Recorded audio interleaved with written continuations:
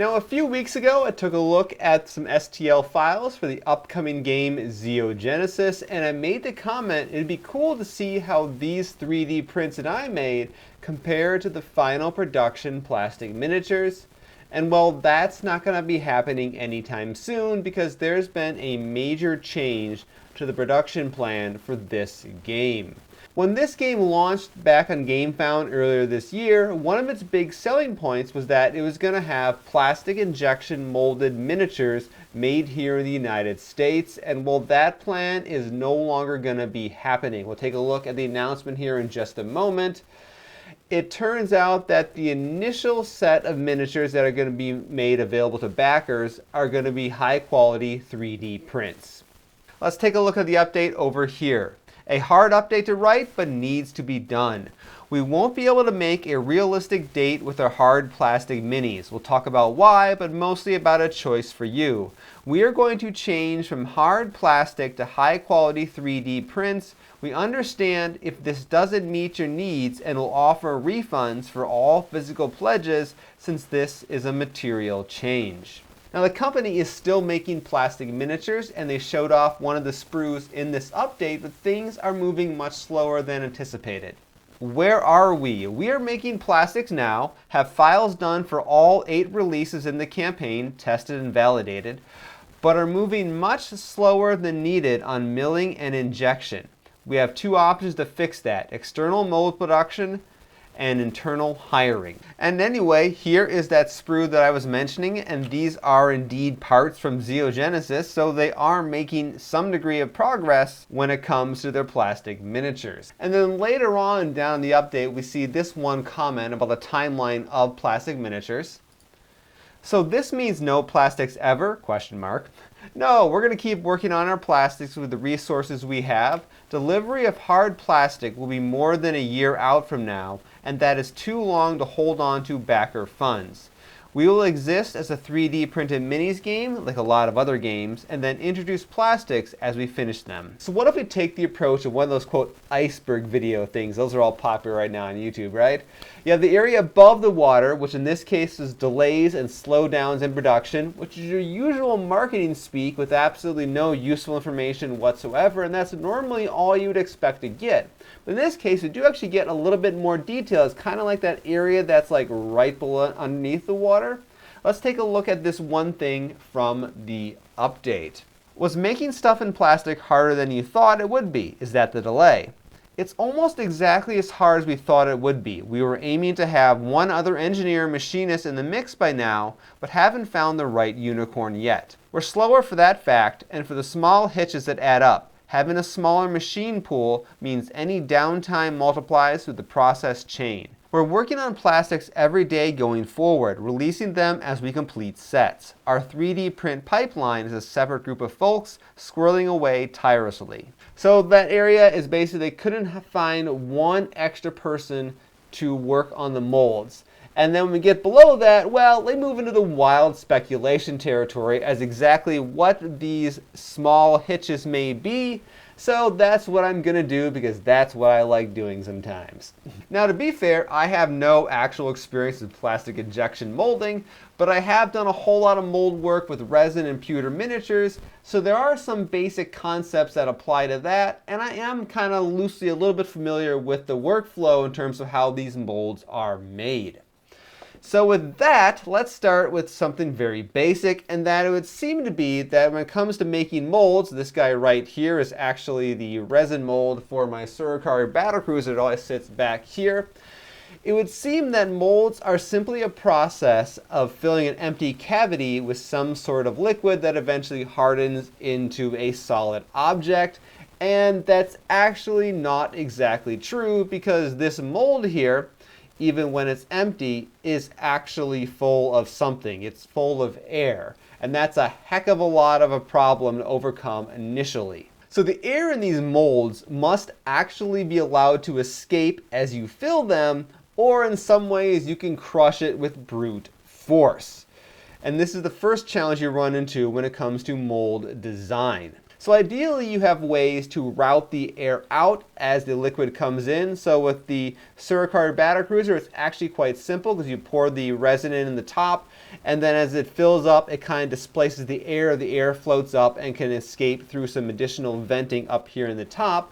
But sometimes you need to have additional channels built in your mold so that the air can kind of escape out the sides over here or something like that, depending on the shape of the miniature.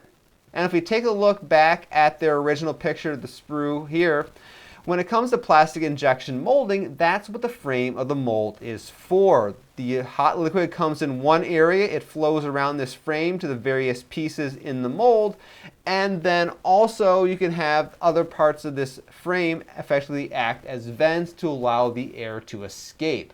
And I did mention a little bit ago, there are ways to brute force things to get that air out of the way or completely crush it altogether.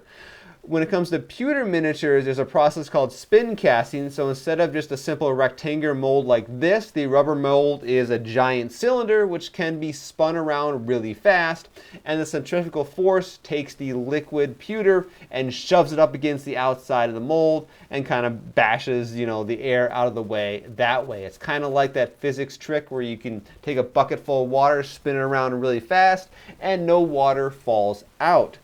When it comes to resin, you often can put these molds inside a high pressure chamber, crank up the pressure to I think it's 80 psi or something, and then that increased pressure combined with the weight of the resin will go ahead and smush those bubbles to be really, really tiny, and hopefully you won't notice them, or ideally they kind of dissolve into the resin. And then of course, when it comes to plastic injection molding, the plastic is definitely injected with some pressure, and that can help with some of those air bubble issues. But ideally, you really want the air just to be moved out of the way. And in order to do that, there is some skill involved when it comes to designing those vents I was talking about, or designing the layout of the mold and where the pieces go and the orientation of the pieces. There's a lot of fiddly details there, and a lot of that just going to come from experience on the job in terms of how to actually lay out the mold. Even with those spaceship hulls like this, there's definitely right ways and wrong ways to lay out the mold to not only allow for air to not get trapped in various places, but also to hide things like, for example, where the resin is poured into the miniature and the air bubbles come out, because those areas are going to be noticeable, and that's why I would often hide them back here in the engines, because that can be cleaned up a lot easier than, say, up here at the front of the ship by the cockpit and bridge areas. And then again, there are other factors to consider when it comes to mold making, and this only makes things more difficult. Certain types of resin, when they cure, they shrink a little bit, and now you've got mismatched size pieces. I'm sure you've seen that before, tabletop games, and that's a fun thing to deal with. Also, when the resin then shrinks a little bit, it can kind of warp the piece. Once again, you've probably seen that before. Any sort of hot material cools down, whether it be plastic injection molding or sometimes with pewter. That puts stresses on the piece as it cools, and that can also cause warping. So you got to factor that in when it comes to how you lay your pieces out or how you design your pieces so that they're thick enough and has the right number of angles here and there so that kind of thing doesn't happen. Then you also have to consider material viscosity, because some materials, well, they're thicker than others, and therefore they don't want to move through small pathways very easily. So once again, there's lots of unique challenges when it comes to working with any type of mold process, and yeah, it just takes a while to learn that. And then the other challenge when it comes to making a mold is that if you do something wrong, like on the number of things I listed above, you often have to go ahead and remake that mold. Now, with resin and pewter, it doesn't take that long. These guys here, I honestly think it takes a few hours of curing per half of the mold. Pewter molds take a little bit longer. The ones that I would use, they took about 24 hours per half of the mold. But when it comes to plastic injection molding, those are metal molds that are CNC machined, and that's a whole different process altogether. Now this tool I just pulled out here from underneath the desk, this is a router. It is a woodworking tool, and how it works, you got a bit down here that spins really fast. And as you move it along your surface, you can essentially cut out and engraving into the surface of the wood. You can change the depth, you can put different bits on here, and therefore potentially, if you really want to get fancy, create some very intricate designs in a piece of wood. Now a CNC mill is basically like a super fancy computer controlled version of this. So instead of you pushing it around by hand, you've got a computer who can very precisely control exact tiny little details, and you are going to be, for mold making, working with a much smaller bit than this big chunky thing right here. And that's how you can go ahead and create a mold with tiny details for plastic injection molding.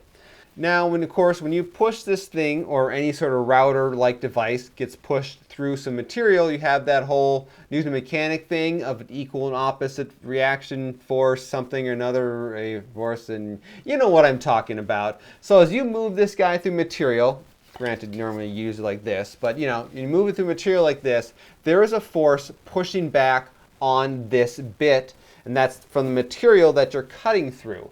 Now when you're working with these molds for gaming miniatures where you have such super tiny detail, well, you need super tiny bits, and super tiny bits can break very easily, and therefore in order to keep that from happening, you got to move really, really slow through the material.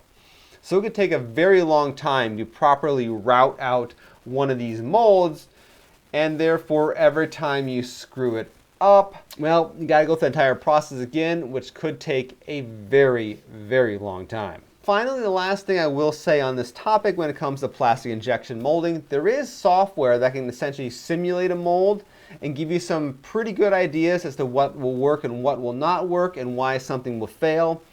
And here's an example of one of those pieces of software. It's just one from a list I picked. And the thing about these pieces of software, they're the kind of a thing where you can't actually figure out how much the software costs from their website, which means it's going to be very, very expensive to use. So my best guess when it comes to what's going on with Zeo Genesis, there is a little bit of learning on the job, because they mentioned they wanted to hire someone else who knows what they're doing. And they've probably ran into some issues when they go ahead and make the mold and the pieces fail, and then they have to go back, figure out why they failed, recreate the mold, and then that inevitably delays the whole process by who knows how long it takes them to make one of these molds. Well, anyway, that is just some more wild speculation on my part as to what I think might be happening. So maybe sometime in the future, we will get to see some actual plastic miniatures for the game Zeo Genesis. Well, thank you guys all for watching. I'm Jason, the creator of the Tabletop Battlefield. And if you want to head over to fracturedcolony.com, you can check out my line of 3D printable gaming miniatures. All right, I'll see you guys all next time.